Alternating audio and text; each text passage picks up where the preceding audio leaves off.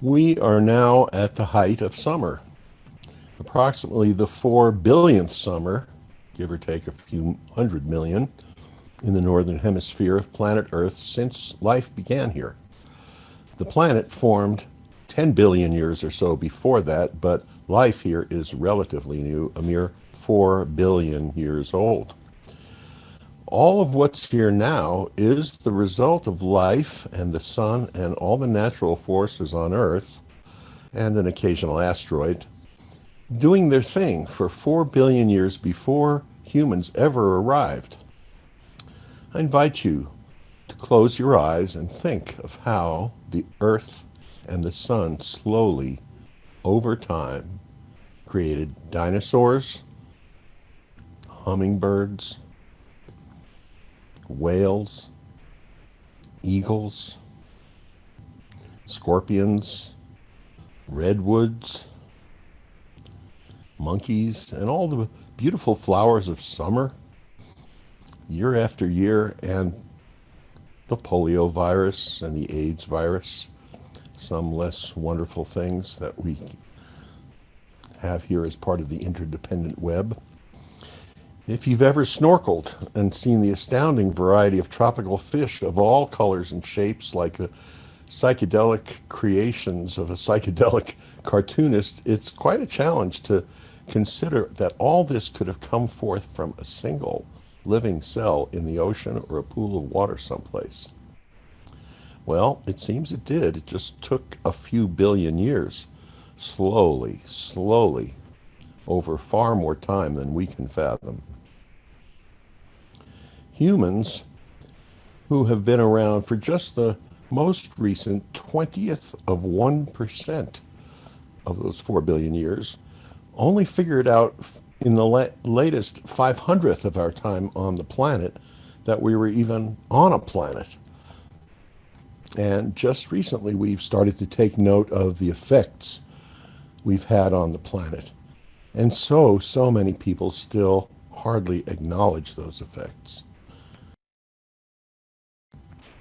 The major religions I'm acquainted with don't seem to focus very much on our natural environment. I hear more about supernatural beings and places like gods, angels, heaven, and hell, and how humans should relate to them in the way they live their lives. Earth-centered religions emphasize harmony with and appreciation of the natural world. Unitarian Universalism keeps our concern about the natural world in focus. One of our 7 principles, a concise list of the most fundamental values that we agree to be guided by, says it outright. Respect for the interdependent web of all existence of which we are a part. That's what today's service is about. As we grow from little humans into teenagers and grown-ups, we gradually learn how the earth sustains us. We need oxygen, which fortunately surrounds us, thanks to plants that cover the planet. They, like the hummingbirds and the whales, all developed from a single living cell starting 4 billion years ago. Life needs water to survive, and it's available too, not just in rivers and lakes, but thanks to clouds, wind, rain, and ingenious systems developed over centuries by some of our clever fellow humans. Foods for life are here too. We are blessed by what grows from the earth, along with our ability to grow, harvest, transport, and organize it in nearby marketplaces. We've learned to dig deep underground to take the remnants of what lived here ages ago and burn it, to speed our transportation, cook our food, heat our water, light our homes and streets, and even send rockets to Mars. Only in recent decades have we learned about the unforeseen consequences, increasing rates of floods, fires, and horrific storms. We who have been taking our awesome blessings for granted are now learning many lessons about the creation we're part of. The old truths that have always existed are now being sorted out by scientists, who are helping guide us out of our obliviousness into an understanding and appreciation of the blessings, some quite fragile, of life as we know it. UUs have raised this concern to our highest level, one of the 7 principles, just by our concern. We are part of the solution and less a part of the problem, but our concern, while so important, is not enough. It calls for the energy of action.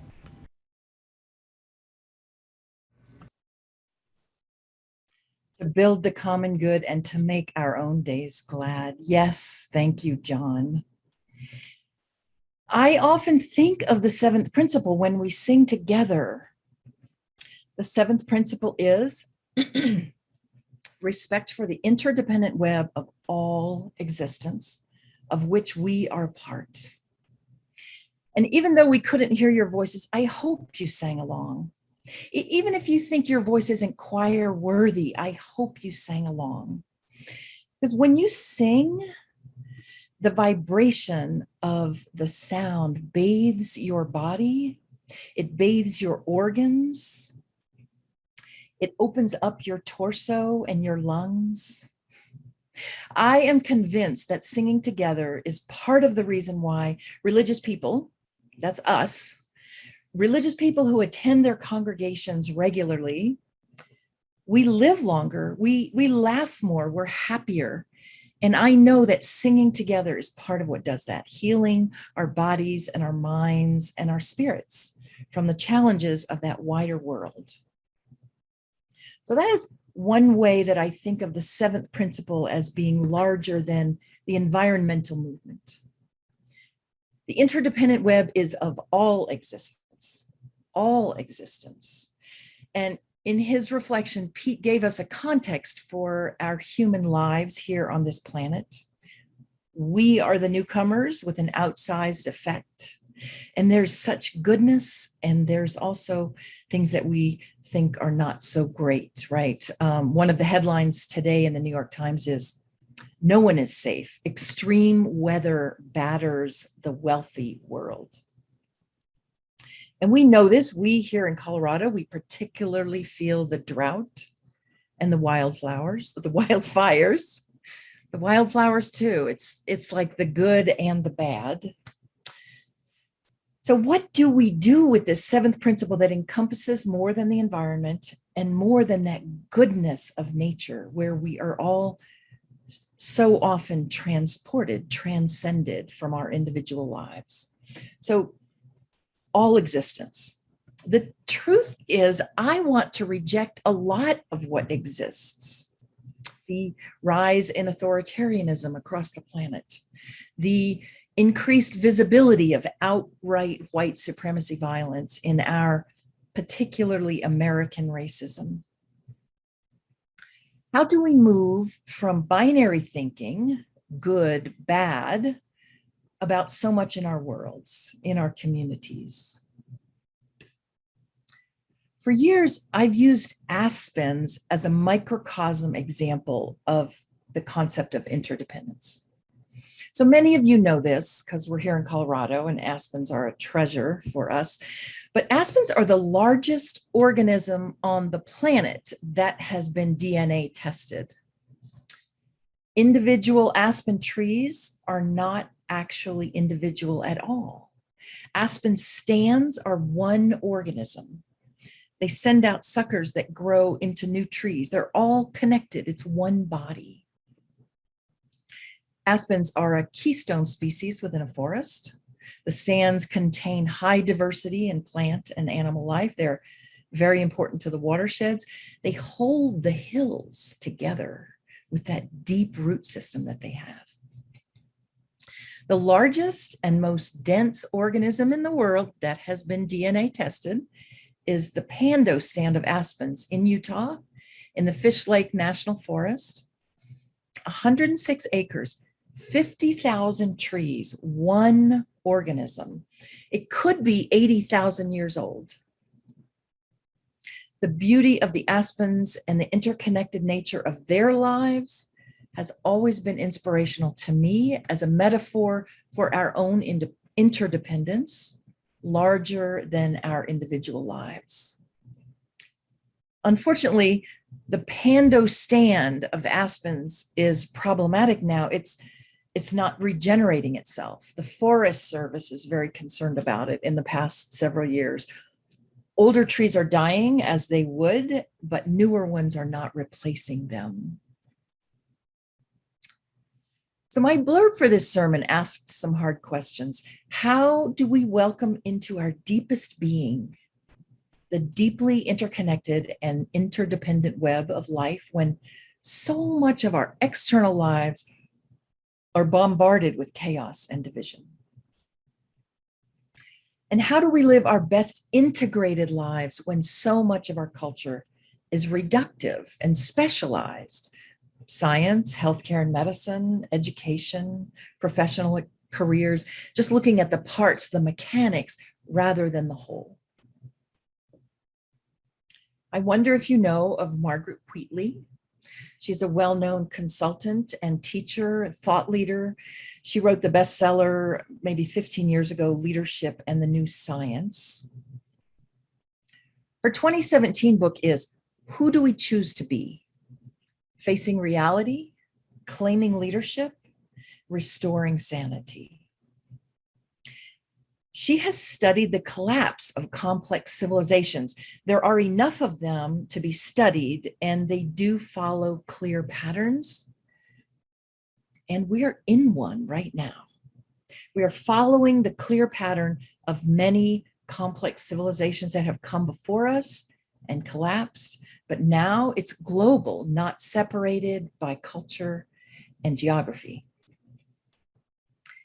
Wheatley implores us to give up the illusion that technology can save us or that we can master the universe. She says we must face the reality of decline and choose actions that support people, not technology. The title of her book asks us, who do we choose to be? While there is so much collapse and chaos around us, who do we choose to be? Who do you choose to be?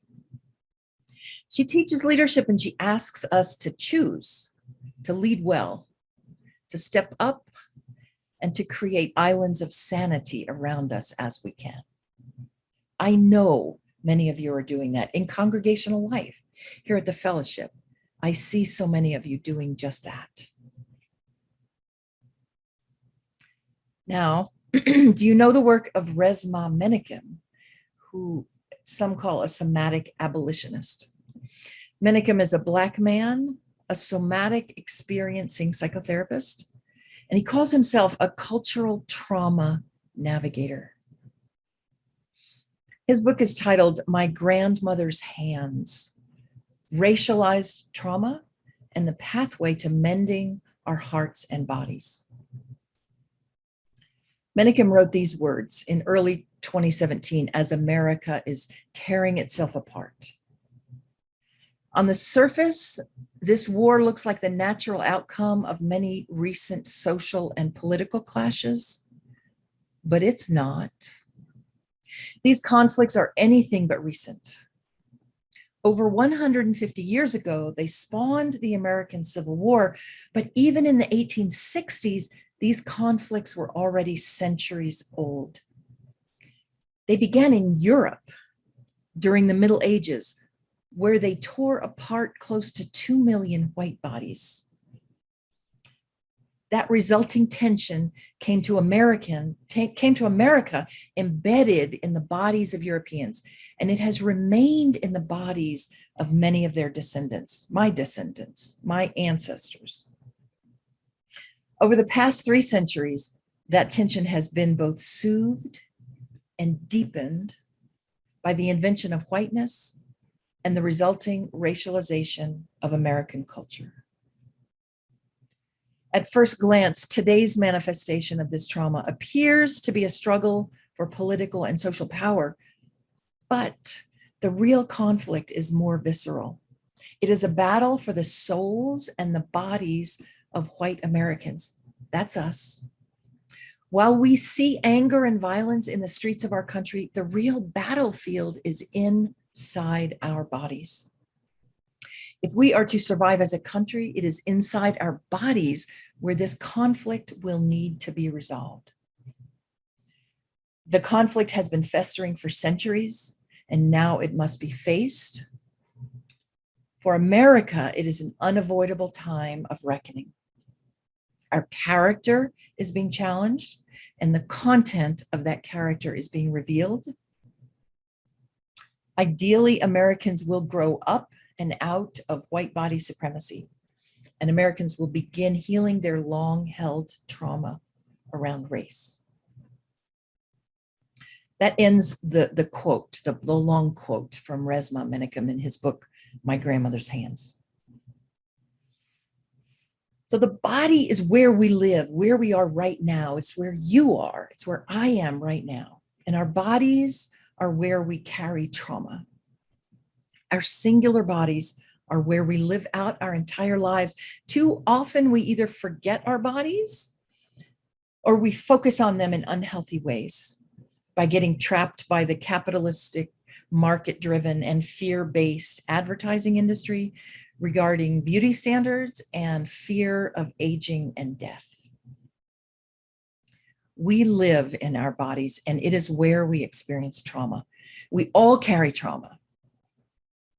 We know the devastation of the brutal history of this country, indigenous genocide, and the violence of chattel slavery that built the economic foundation of this country. Descendants carry ancestral trauma in their bodies. And we white people also have their own ancestral trauma from the centuries of white on white violence that my ancestors carried with them from Europe. Here on this continent, European descendants created whiteness in the creation of white body supremacy. And Menakem tells us that we, all of us, must heal through our bodies. This same domination culture is also what has created the devastation of our environment as well. So let us come into our bodies right now. Come back. Just become aware of your body, how you're taking your breath, where you're sitting, the fabric that's touching your feet, the fabric that's touching your skin, and where are your feet? We're going to do a little practice right now. It's called the prayer sweep or the namaste sweep. And you can do this right where you're sitting, and I invite you to follow me. I invite you to follow me with your actions, okay? And I'm gonna work a little bit with my camera here. So let's start with our hands crossed across our torso or our heart. And then move one hand out. And now take your hand from your shoulder and just sweep it down. Sweep it down. Now your hands come together. And here is the prayer. Here is the namaste pose. So whoever you're doing this with, you're bowing to them. You're honoring them. Now bring your hands back out. And then sweep up the other arm. Whether it's a light touch or a firm touch, you're stroking your arm, you're touching, you're grounding. You bring your hands back into this prayer position. Namaste, I bow to the Buddha in you. Bring it back out. And then sweep up your other arm. And we'll just do this a few more times.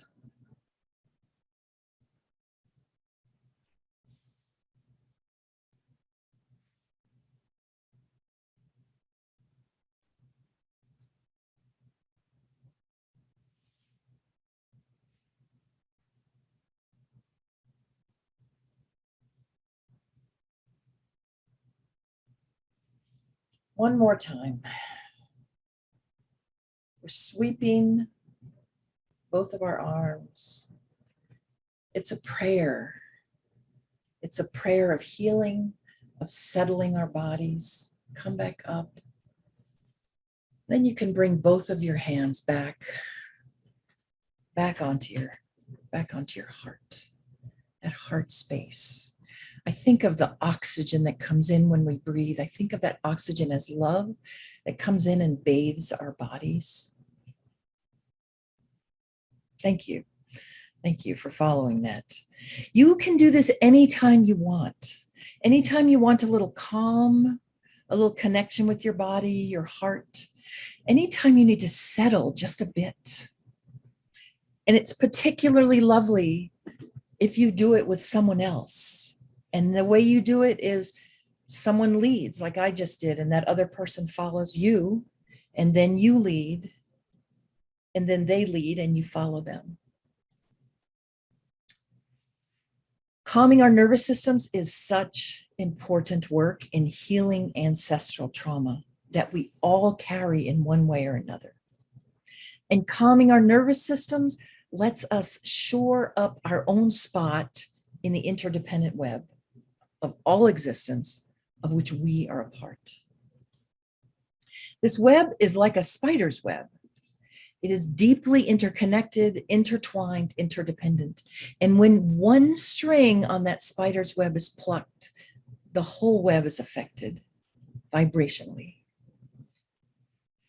And when you are able to calm your body, your mind, and your spirit will follow, you are less likely to contribute to the tearing of that web of interdependence. You are more likely to affect those around you as you work to create islands of sanity amidst this challenging world. I see you doing it, Boulder Valley Unitarian Universalist Fellowship.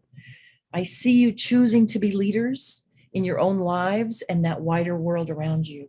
I see you holding deep respect for the interdependent web of all existence of which we are a part. I end today with a quote attributed to Martin Luther. Who knows, it's apocryphal. He brought us the Great Reformation that began the Protestant religious movement. He is reported to have said, "Even if I knew that tomorrow the world would go to pieces, I would still plant my apple tree." Even if I knew that tomorrow the world would go to pieces, I would still plant my apple tree. This feels like a Zen koan to me. It feels unanswerable in some ways, and I certainly don't have all the answers, and we come to answers together. This fits with my own uncomfortability with respecting the interdependent web of all existence when I want to reject some of what exists. How do we stay respectful of what we might want to outright reject? That's a question for me. That's a question for you.